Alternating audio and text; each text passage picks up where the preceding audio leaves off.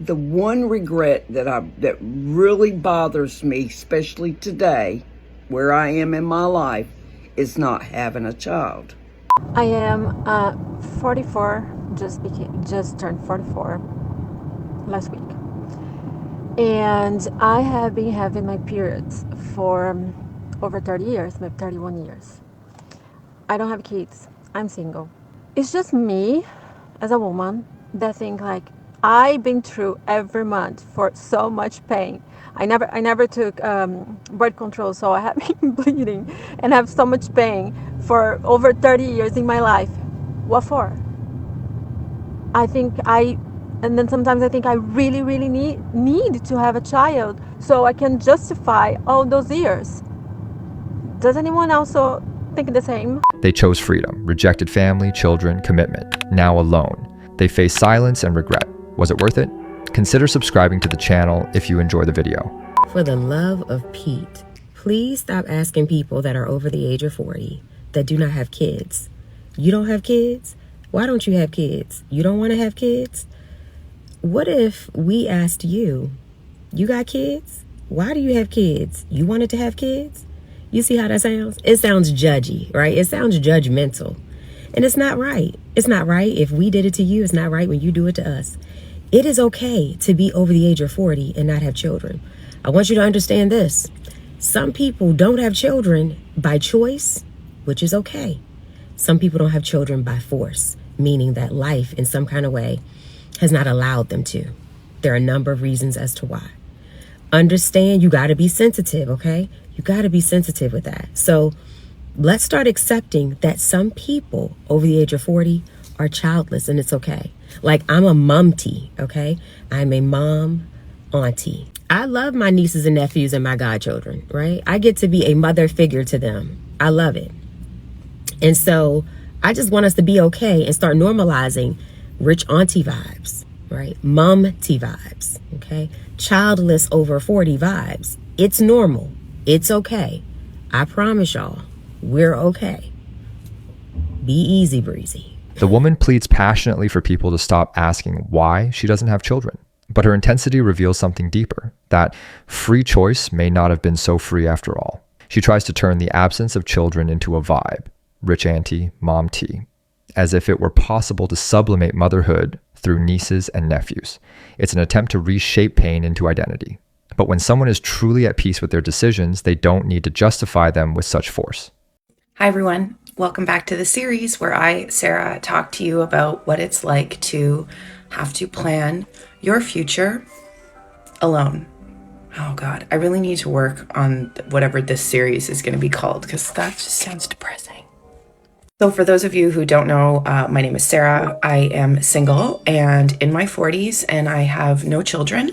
And I am trying to figure out how to navigate this whole, next phase of my life and what it's going to look like on my own, planning that future finances, getting my ducks in a row, and what things like my retirement are going to look like. I'm on the second day of the retirement planning course, and this morning, I call it death talk. That's what we primarily talked about for 3 hours, was essentially planning for if and when you get sick and how you will ensure from a legal standpoint that your needs are taken care of, and should you pass away, all of your assets and whatnot will be taken care of. I listened to this presenter and I was like, not because it's a bit surreal to think about these things in your 40s, but I definitely was thinking more about my parents and how they haven't done anything that they were recommending. So took some notes and we'll be following up with them about that. But that leads me into talking about something that does generally weigh on my mind, and perhaps you experience this also. So I have a younger sister, but she has my nephew and lives in a different province here in Canada. And we talk often about how our parents are aging. They're in their 70s now, and their health is decent, but you can definitely tell that they are getting older. Just the stress alone of thinking about how we're going to take care of them when the time comes. So knowing that they don't really have any of their ducks in a row, that's priority number one. Number two is, as a single, childless person, the only one in this family, I often carry this sense of responsibility, and I'm going to label it guilt, that it will be up to me to take care of them and myself as they age. Now, that's a whole other like therapy session on the guilt that I feel. So we can just step away from that. But what can I do in order to ensure that as I get older, I am able to have plans in place to be able to take care of my needs? A big priority for me is brain health, and it's something that I literally, pun intended, think about every single day. So that holistic approach to ensuring that I am of sound mind as I get older is really, really important, because I want to have my independence as long as possible. In addition to that, what I'm learning through this course is that I really need to get organized at a young age so that when the time comes, things are taken. She's discovering the reality that modern culture tries to hide. Time passes, and with it, certain possibilities disappear. She must plan her old age alone, face death alone, care for her aging parents alone. And no matter how stoic she tries to be, loneliness is not something a retirement plan can fix.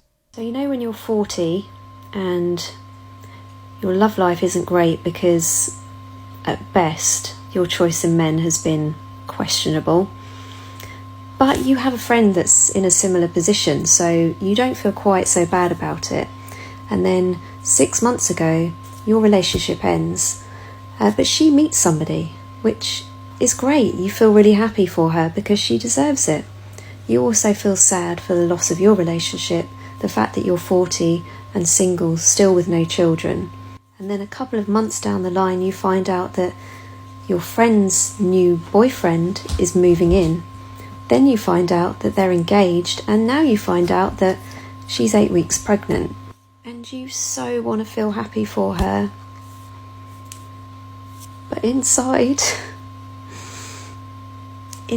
you feel so sad. Because even though you don't desperately want children, you know that at 40, you're running out of time. And soon you won't have a choice at all.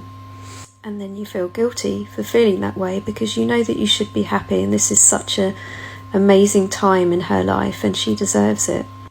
But you feel grief for what you haven't got. And then you remind yourself that it's okay. There's a plan. What will be will be. Everything will come to you at the right time. Everything will work out for the best. And you know that that's true. But it doesn't stop you feeling. It doesn't stop you feeling like that. It doesn't stop you questioning why. But it also doesn't make you lose your faith, and it makes you more determined to make the most of everything that you've got. If you know that, I feel you, and I've got so much love for you. It can feel so hard, but it will be okay. It will be okay. There are so many other people in the same position, and you will get through it. You can find a way through. There is a way through. But there's so much love for anyone that is going through that right now. She lives what many call bittersweet joy, the paradox of trying to celebrate her friend's happiness while staring at the mirror of her own frustration. Culture taught these women to say, I don't need a man, I don't want kids, my life, my rules. But now that the biological window is closing, the speech collides with biological and emotional reality. Someone asked me the other day if I had any regrets in my life. And I thought really hard about it. And the one regret that really bothers me, especially today, where I am in my life, is not having a child. I'm going to be honest. I was selfish. I did not want to give up my freedom. I enjoyed my life when I was younger. I got into motorcycles. I was fairly young. I liked to be able to hop on that motorcycle and pack a few things of clothes and hop on it and go and be gone till Sunday. Wherever the road took me is where I went. And you can't do that when you have children. You got to be home taking care of business.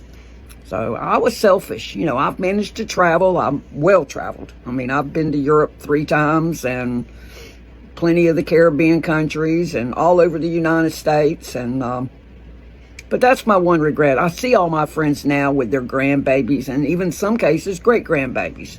And that is the one thing that I regret not doing is having a child. Now, I have somebody in my life who's like a daughter to me. It's my niece. She's the only child of my brother, and she's 44 years old. I was 19 when she was born, and she's always been my baby, and she will always be my baby. And I'll tell you that right now. That's my baby.